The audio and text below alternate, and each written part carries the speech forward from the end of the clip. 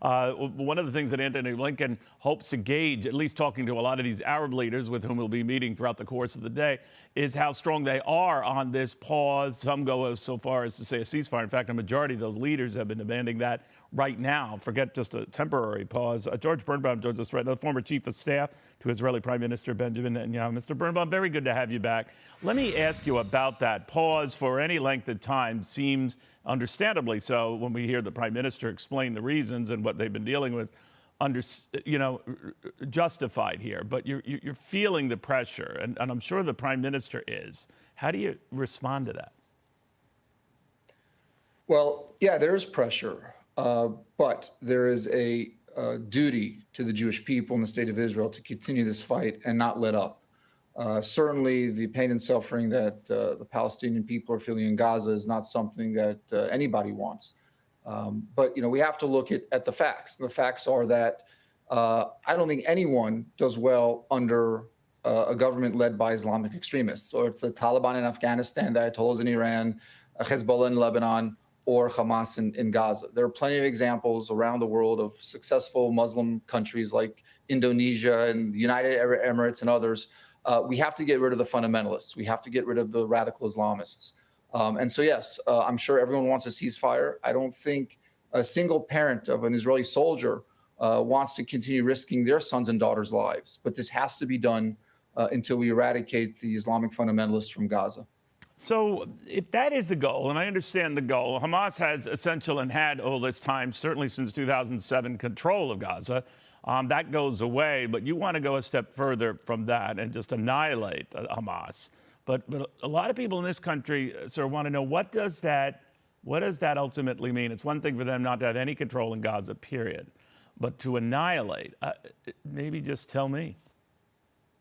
Well, it doesn't only include ridding Hamas of any ability to lead and control Gaza.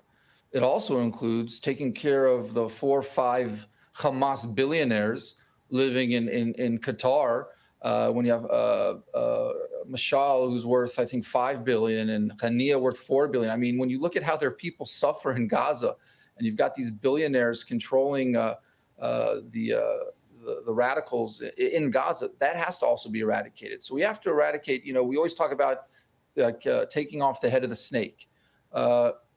Hamas in Gaza is one thing, but the head of the snake lives in Doha. They are billionaires. We have to get rid of them too.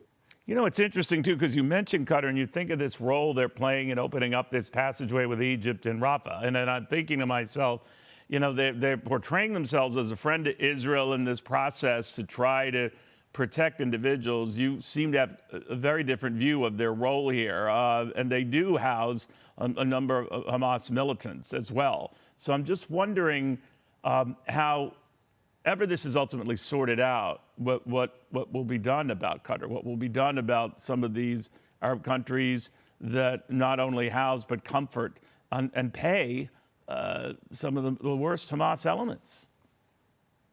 Yeah, well, no, Qatar and other nations will have to decide, which side of history they want to be on. Well, they've already decided. They've already decided, right? They're perfectly fine. They may have to have they have to have a gut check, and when this is over, we'll know where they stand. Right now, they're standing with the terrorists. Right now, they're standing with those who fundraise and deliver technology and weapons to terrorists. They're going to have to, and I hope that the U.S. and other nations will put pressure on Qatar to eradicate those elements from their country when this is over as well, because it cannot continue. We can get rid of Hamas in Gaza. As long as the head of the snake continues to exist and fundraise and live their billionaire lifestyles, this will continue. We have to get rid of both. You're a good reader, the global reaction to all of this, and I'm sure you're aware that from the United Nations to virtually all the major Arab nations, to say nothing of a lot of Western nations that are urging Israel to cool it, don't overdo it, don't respond disproportionately. Do you ever feel that there was none of this rage 4 weeks ago this morning when I was sitting where I am now and these attacks were first being waged? Very little reaction and condemnation to that. And within, literally 72 hours, it seemed Hamas was in this odd position of winning then, even now, the PR war. Let me tell you something, Neil. Your viewers can see here the yellow star that my father wore during the Holocaust. Gilad Ardan, the UN ambassador from Israel, wore a yellow star in the Security Council the other day to remind the UN why the UN was created. It was to stop genocide. It was to say never again. And to me, never again is not a PR battle. Never again is a very serious, serious saying. And I think Israel will continue to do what it needs to do, regardless of winning or losing the PR battle, because this can never happen again. And we are committed to never letting it happen again. And so, yeah, I mean, we may have ups and downs when it comes to the PR battle. We may have, some people supporting us, other nations, being against us. Israel will never let this happen again. And so that's what we have to remain focused on, and not be caught up in the battle of PR and who's winning or losing PR, but rather making sure that genocide never happens again. We're watching right now a protest going on in Paris, George. These are pro-Palestinian protests. We've seen a number of them right where I am now in New York City.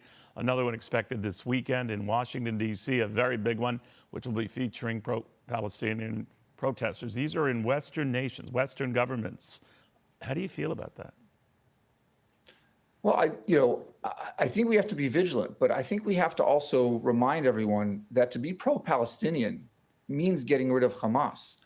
We wanted a two-state solution. They've said no to 3 different prime ministers to having a two-state solution. We want the Palestinians to live side by side with us. We want to coexist. We want to prosper together. Maybe that isn't really the goal here. Maybe that's just a ruse. Maybe this attack 4 weeks ago proves that that was not the goal. The goal was something more dramatic.